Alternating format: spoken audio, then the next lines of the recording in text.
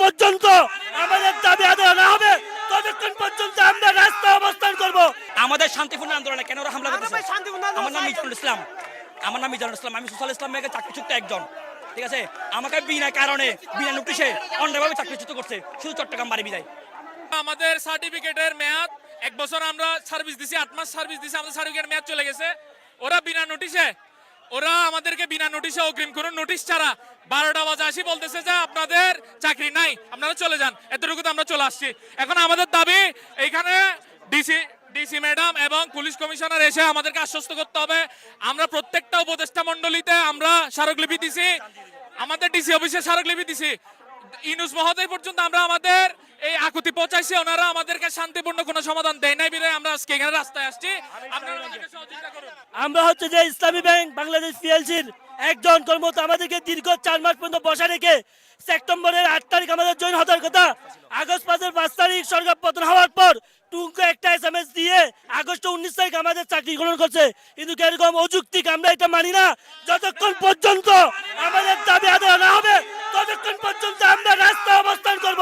আমাদের শান্তিপূর্ণ আন্দোলনে কেন ওরা হামলা করতেছে? আমার নাম মিজানুল ইসলাম। আমি সোশ্যাল ইসলাম ব্যাংকের চাকরিচ্যুত একজন। ঠিক আছে, আমাকে বিনা কারণে বিনা নোটিশে অন্যায়ভাবে চাকরিচ্যুত করছে শুধু চট্টগ্রাম বাড়ি বিদায়। এখন আমাদের শান্তিপূর্ণ আন্দোলনে হামলা করতেছে এরা।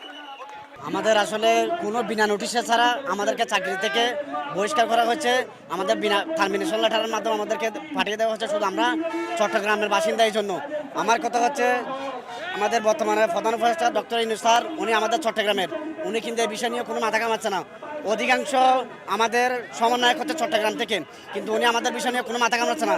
আমরা বাংলাদেশ ব্যাংক বরাবর আমরা চিঠি দিয়েছি, আমরা আমাদের বিভিন্ন সোশ্যাল ইসলামী ব্যাংক, ইউনিয়ন ব্যাংক, গভর্নর আমাদেরকে কোনো সাড়া দিচ্ছে না। আমরা এটার জন্য আজকে নামছি।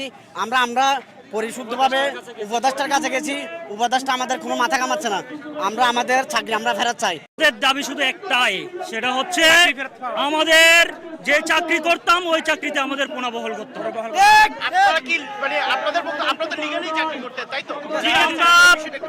আমরা গত 8টা মাস যাবত ব্যাংকে সার্ভিস দিয়ে আসছিলাম।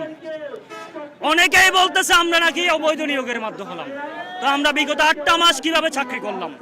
আমার প্রশ্ন যদি হয় যে ম্যানেজমেন্ট আমাদেরকে নিয়োগ দিয়েছে তারা কিভাবে আমাদেরকে আবার অবৈধ বলে?